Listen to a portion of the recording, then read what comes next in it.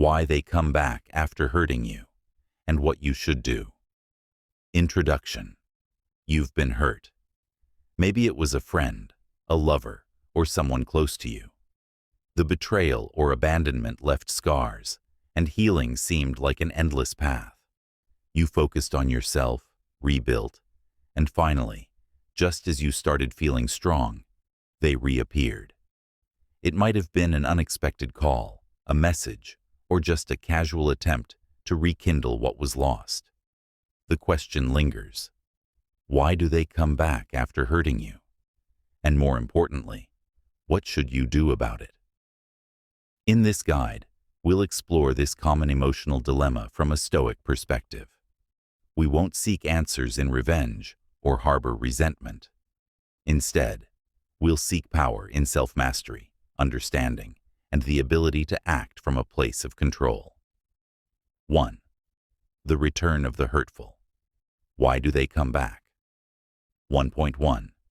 They miss the control they had over you. There's a powerful psychology behind why people who have hurt you might come back. Most often, they return because they miss the power they once had over your emotions and decisions. When you were vulnerable or emotionally attached, they could influence you easily. They could feel validated by your reactions, whether positive or negative.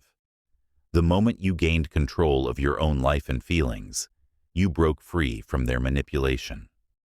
From a Stoic perspective, the return of someone who hurt you can be seen as a test of your personal growth.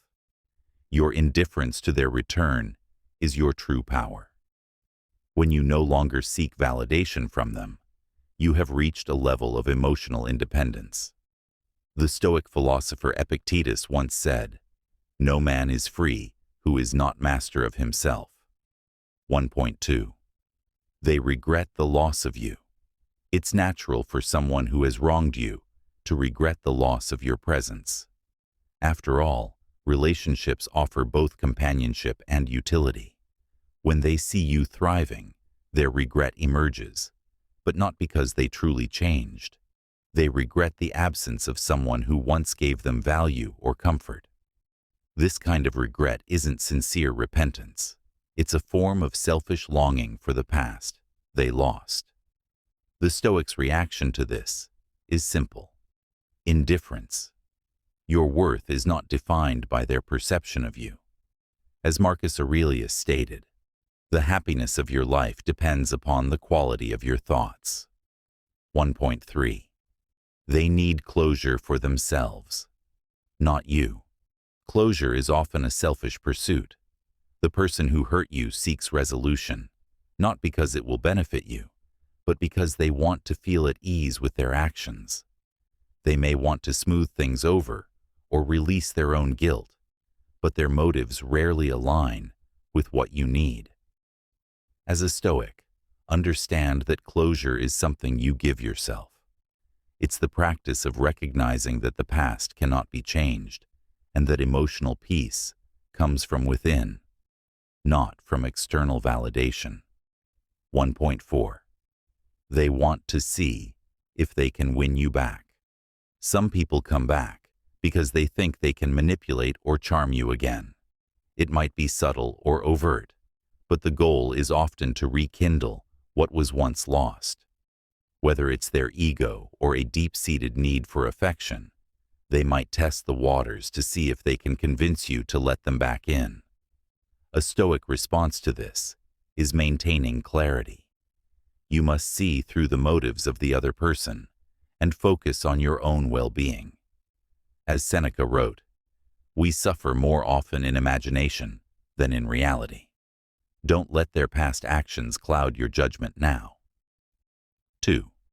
The Stoics' Guide to Responding to Their Return. 2.1. Reflect on what you've learned when someone who hurt you returns, instead of immediately reacting with anger, confusion, or longing. Take a moment to reflect.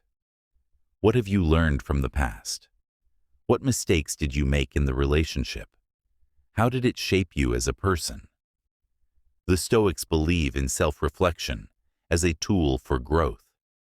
It's a way to recognize that our emotional responses are often triggered by our own attachment to external factors.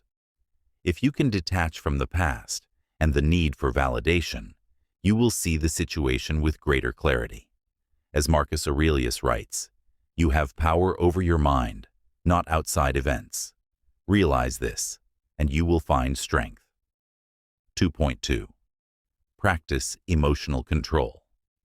The person who returns often brings with them a surge of emotions: hurt, anger, confusion, or even nostalgia.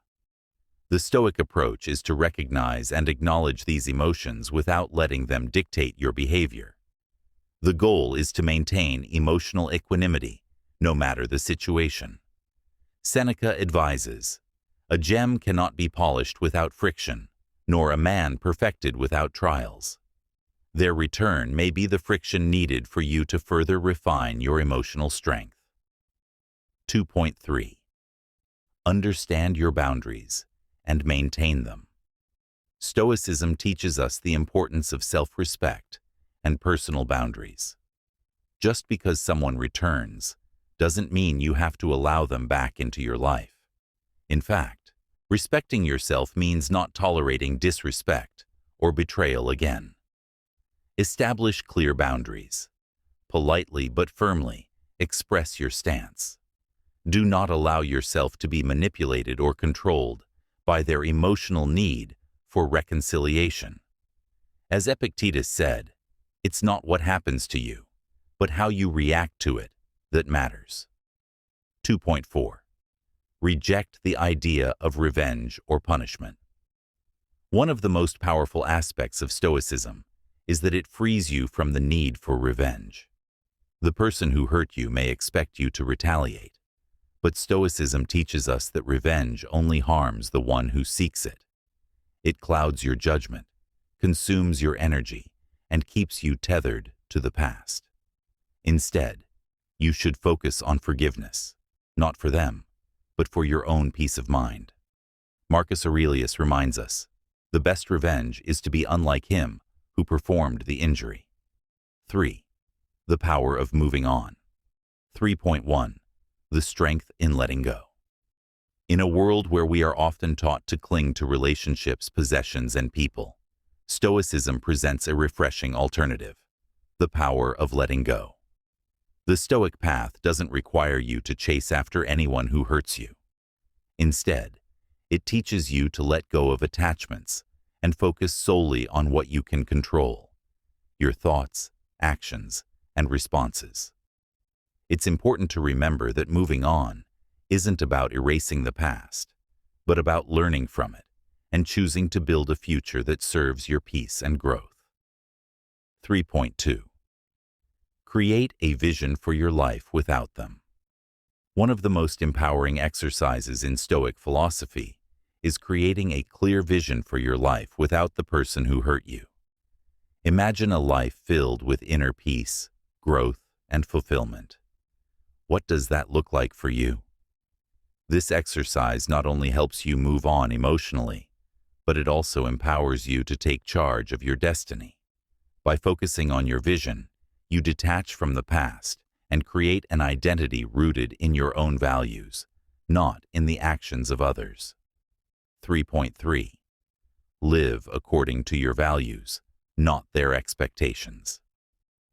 Finally, the most powerful thing you can do when someone comes back after hurting you is to live by your own values, not by what they expect from you. If they've hurt you once, they may not have the right to re-enter your life. You must decide what is right for you based on your own principles, not on their desires or demands. Seneca reminds us, "It is not that we have a short time to live, but that we waste a lot of it."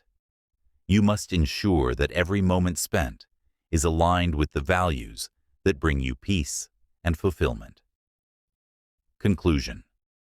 The path forward. In conclusion, when someone who has hurt you returns, it's an opportunity for you to demonstrate your growth, wisdom, and emotional strength. You are no longer the person who clung to them for approval, nor the person who sought revenge. You are a Stoic, focused on your own inner peace, detached from external disturbances, and committed to living a life governed by wisdom and virtue.